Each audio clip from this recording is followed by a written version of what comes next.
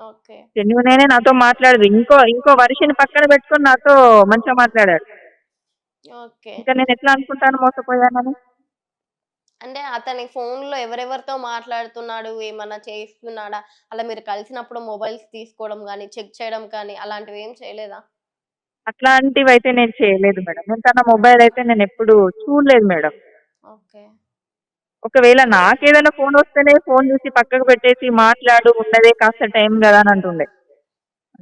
అంటే చాలా పక్కా ప్లాన్‌గా చాలా సేఫ్‌గా ఇక్కడి దాకా చేసాడు అన్ అంటారా? నాతోటైతే పక్కా ప్లాన్ తోటే చేశాడు.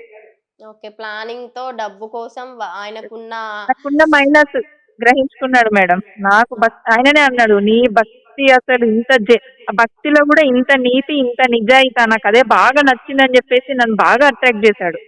నేనైతే ఓకే. దానికే లొంగిపోయాను మేడం. నా దగ్గర మైనస్ అంటే అదే ఇంగ. మాయ మాటలు నేనొక సాధువుని, అఘోరిని అని చెప్పి లొంగ తీసేసుకున్నారు. అంతే.